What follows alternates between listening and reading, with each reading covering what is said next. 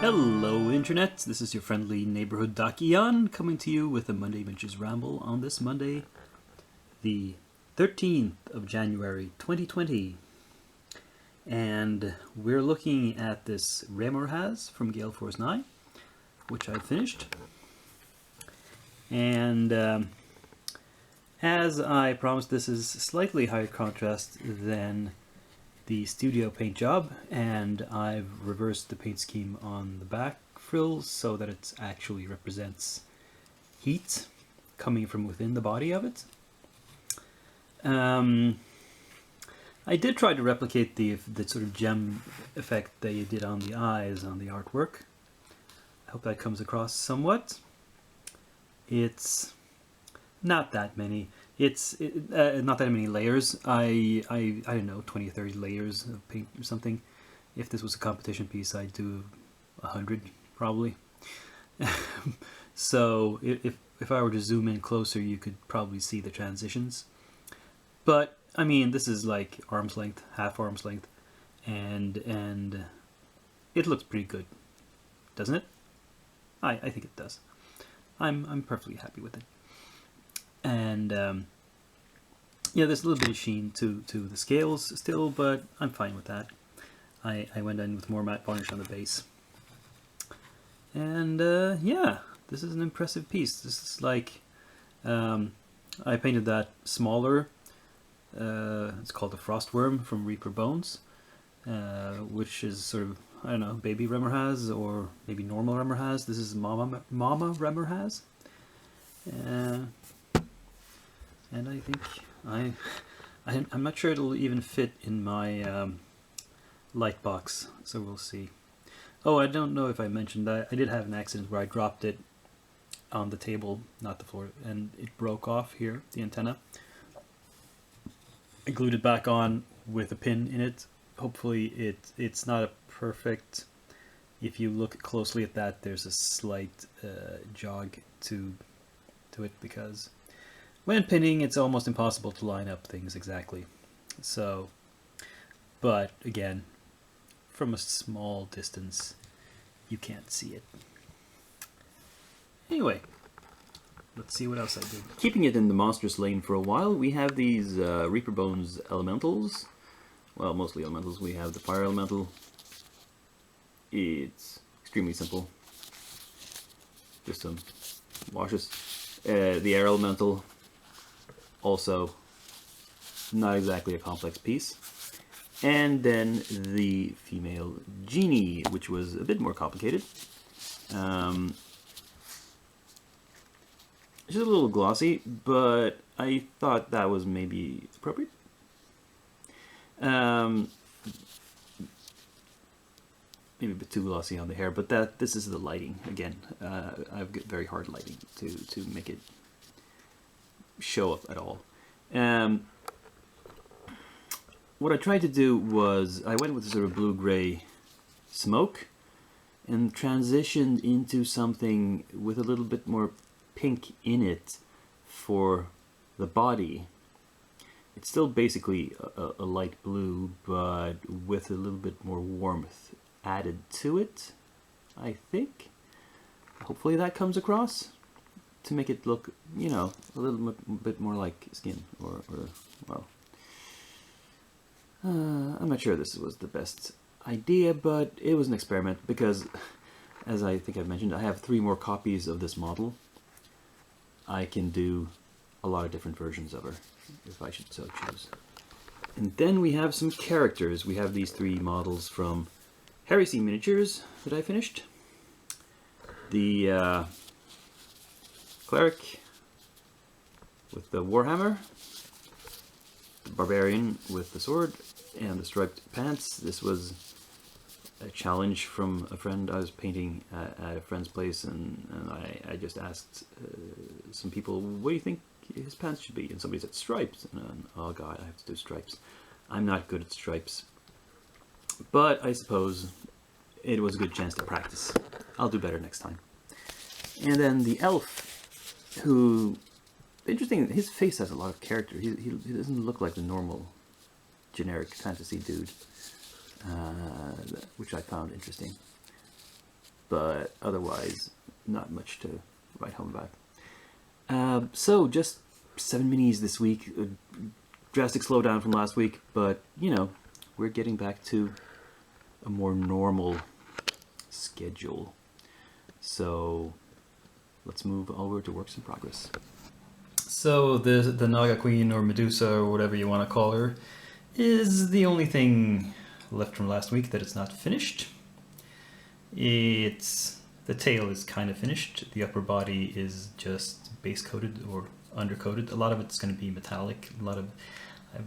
It's probably going to paint a lot of her gear bronze or gold. It looks like there's a lot of metal work there. Yeah. This arm fell off again, had to be re-glued. It's because the pin is kind of shallow. It's iffy. If I handle it too much, there's a risk it'll fall off again. But most of her, there's not a lot of flesh left. It's the pale bits here, and the rest of it is covered in various sorts of gear. Just have to decide exactly how much is metal, how much is leather, how much is some sort of cloth that I paint some other color. And then just get to work. I just didn't manage to finish it in time for this week, but it's not a huge project. It'll be finished by next week, I think. So on this part of the table we have all the miniatures that have been prepped since last week. The ones I showed you still in the packaging last time. We have the editor caps up front. Now you can see them a bit more clearly, what they are. I don't know why they have nads, because they're spider creatures. I don't know why they have ball sacks. Anyway, then we have all these kids. And as you can see, what I've done with these is I've assembled them, based them, primed them. I put down undercoats on the basis, and otherwise I have given them a very light, very thin paint wash of dark brown, just to bring out the dark lining, just to tease out where all the detail is and what the where different parts start and end.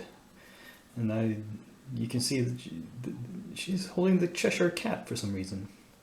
Maybe this is Alice in Wonderland. I've mentioned this before, but this is something I often do. The dark lining thing, I mean, the sort of pre-dark lining. And sometimes when the detail is really, really shallow, it doesn't catch. You see on the head of this miniature, there's that wash hasn't really done anything. It's just the folds further down. It kind of depends on how heavy I went with the wash, but for example on this one it's a bit more clear.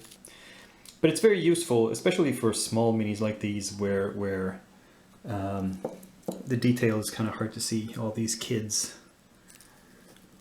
So you can see what they are. We have the demon kid. We have it, difficult to see, but it's a vampire kid. She has teeny tiny fangs. We had the archer, we had Alice, we had another slightly older child with a doll. We had the one with the,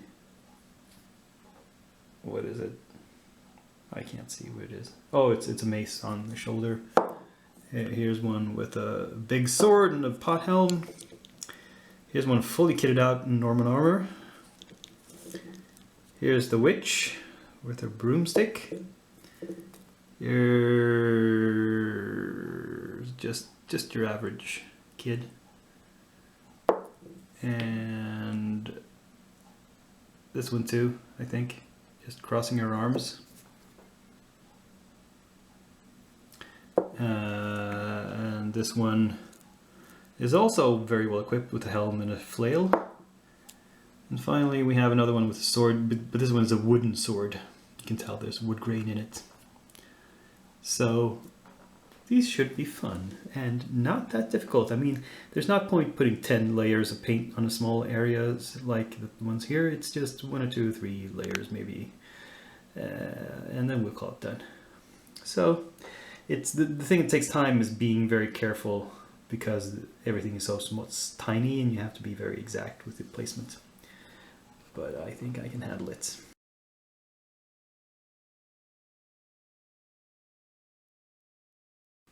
And as we come to the end of the video, I can report that there were no new miniatures arriving on my doorstep this week.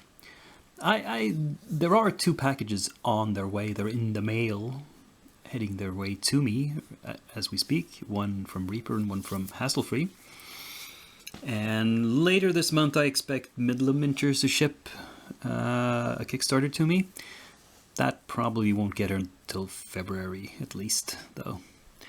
But I expect next week at least 1 package will be here. It's going to be a race between those 2, which one arrives first.